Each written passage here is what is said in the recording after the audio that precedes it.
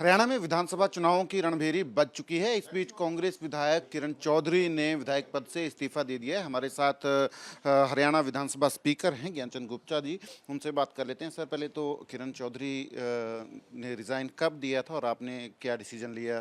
देखिए, श्रीमती किरण चौधरी स्वयं आकर के मुझे इस्तीफा दिया था और आज मैंने उसको इस्तीफे को स्वीकार कर लिया है।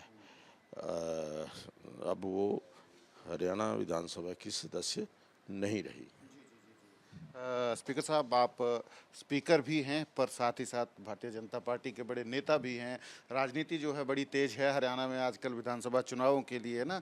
तो आज करनाल और गुरुग्राम दो जगह में पोस्टर्स लगे हैं, अनोनिमस पोस्टर्स हैं कि जो बीजेपी का जो कैंपेन है उसको लेकर है। नॉन स्टॉप हरियाणा की जगह पूछा है, नॉन स्टॉप बेरोजगारी, नॉन स्टॉप महिलाओं पर अत्याचार, अनोनिमस करके ये पोस्टर्स लगे हैं। मैं तो चुनाव आयोग से मांग करूंगा कि इसकी जांच होनी चाहिए, इसके पीछे कौन है। प्रत्यक्ष अप्रत्यक्ष जिन लोगों ने ये दुष्कर्म किया है, लोगों को गुमराह करने का प्रयास किया है, झूठे आंकड़े लोगों को पेश किए जा रहे हैं, इसकी जांच होनी चाहिए और जो इसके लिए जिम्मेवार हैं उनके ऊपर कार्रवाई होनी चाहिए। राजनीतिक पार्टी आपको लगती है सबके पीछे?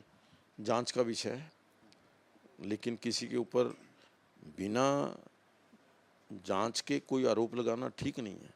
लेकिन इस प्रकार के आरोप लगाने का फायदा किसको होने वाला है, कौन इसके पीछे राजनीति कर रहा है, ये जरूर जानने की आवश्यकता है। कांग्रेस ने बड़ा कैंपेन चला रखा है, हरियाणा मांगे हिसाब। बीजेपी का भी कैंपेन चला है, सीएम साहब ने भी सवाल पूछे हैं हुड्डा साहब से। जनता जो है, हरियाणा की जनता जो है, किसको सच माने? देखिए, जो हिसाब किताब की बात है तो हुड्डा साहब हिसाब किताब लेकर के आए। मैं तो सिर्फ एक सैंपल कह रहा हूँ आपको। पंचकूला विधानसभा का हिसाब ले आए। उन्होंने 10 साल के अंदर पंचकूला विधानसभा के लिए क्या किया और हमने पंचकूला विधानसभा के लिए 10 साल के अंदर क्या किया। मैंने अपना हिसाब तैयार कर लिया है, वो अपना हिसाब लेकर के आए। मैंने बार बार कहा है कि हुड्डा साहब 10 साल आप मुख्यमंत्री रहे, कोई 10 काम पंचकूला के लिए, पंचकूला विधानसभा के लिए आपने किए हैं तो उसकी लिस्ट जारी करें। आज तक उन्होंने कोई एक काम भी उन्होंने गिनाया नहीं है, 10 की तो बात दूर है। हुड्डा साहब तो कह रहे हैं अक्टूबर 4 हरियाणा से बीजेपी बाहर। नहीं, अक्टूबर 4 तीसरी बार भाजपा सरकार। लालू यादव जी के सन-इन-लॉ हैं चिरंजीव राव, वो कह रहे हैं कि अगर कांग्रेस की सरकार बनती है मैं डिप्टी सीएम बनूंगा। देखिए, उसके लिए पहले विधायक बनना जरूरी है, पहले वो विधायक बन जाएं। लेकिन मुंगेरी लाल के हसीन सपने लेने में कोई हर्ज नहीं है। अगर वो सपने ले रहे हैं तो ले, लेकिन पर उसके लिए विधायक पहले बनना जरूरी है।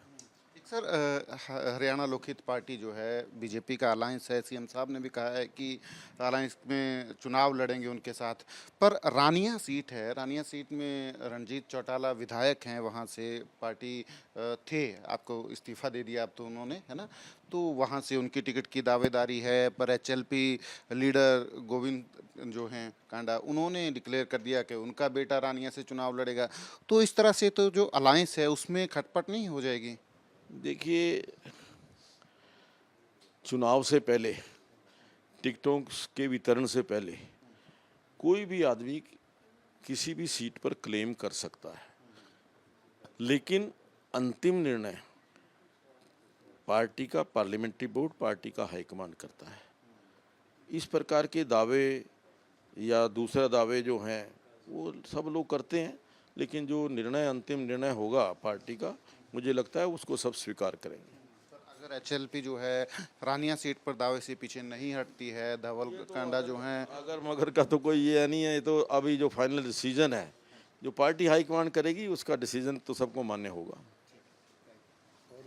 तो हरियाणा विधानसभा के स्पीकर थे जो जानकारी दे रहे थे कि किरण चौधरी ने जो है इस्तीफा दे दिया है और वो मंजूर हो गया है। कैमरा पर्सन अमित शर्मा के साथ सचिन कुमार, एबीपी न्यूज़, चंडीगढ़।